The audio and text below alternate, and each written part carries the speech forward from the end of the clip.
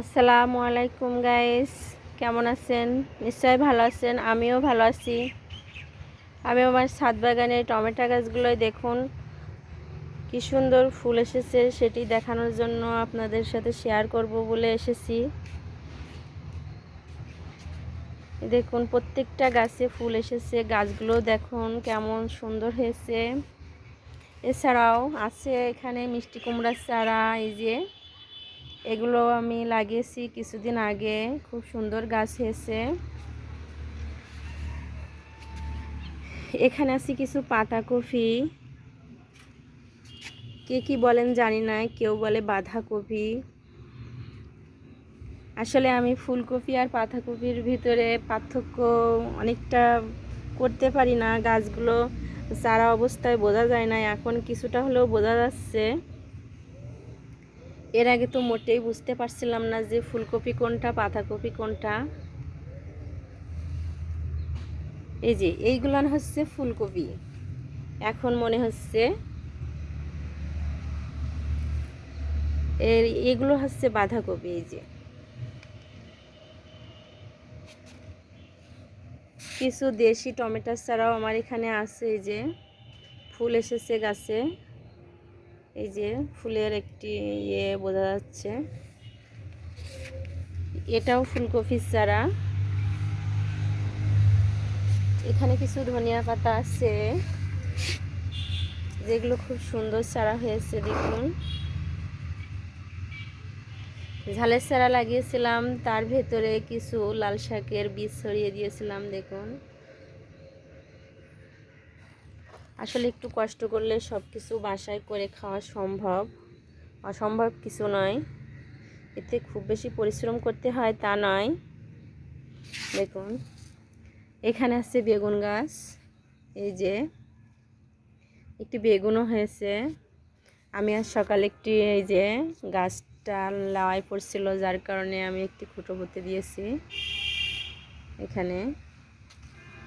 এখন ঠিক গাছটা উঠে রয়েছে, একটা বেগুনও হয়েছে গাছে, ফুল এসেছে আরও। এখানে আরও কিছু দেশি টমেটোর চারা আছে, এই যে এগুলো দেশি টমেটোর চারা। কিছু ঝালের চারা এখানে দিয়েছি ছোট ছোট। এখানে এই পাত্রে এতগুলো হবে না আমি জানি, কিছু রেখে বাদবাকিগুলো অন্য পাতিলে তুলে দিব। আমি একটু বড় করে চারাগুলো উঠে নিব। তো আলহামদুলিল্লাহ আপনাদের সাথে পরিচয় করিয়ে দিলাম আমার গাছগুলোরে। আরও আছে চারিদিকে অনেক গাছ, আমার ছাদ বাগান আসলে ভরপুর। এই যে সিম গাছ আছে, বরবটি গাছ আছে। এখানে কোনো সবজি আমার কিনে খাওয়া লাগে না ইনশাল্লাহ। এই যে বরবটি গাছ ছাদে এইভাবে লাগিয়েছিলাম। এটা হচ্ছে সিম গাছ।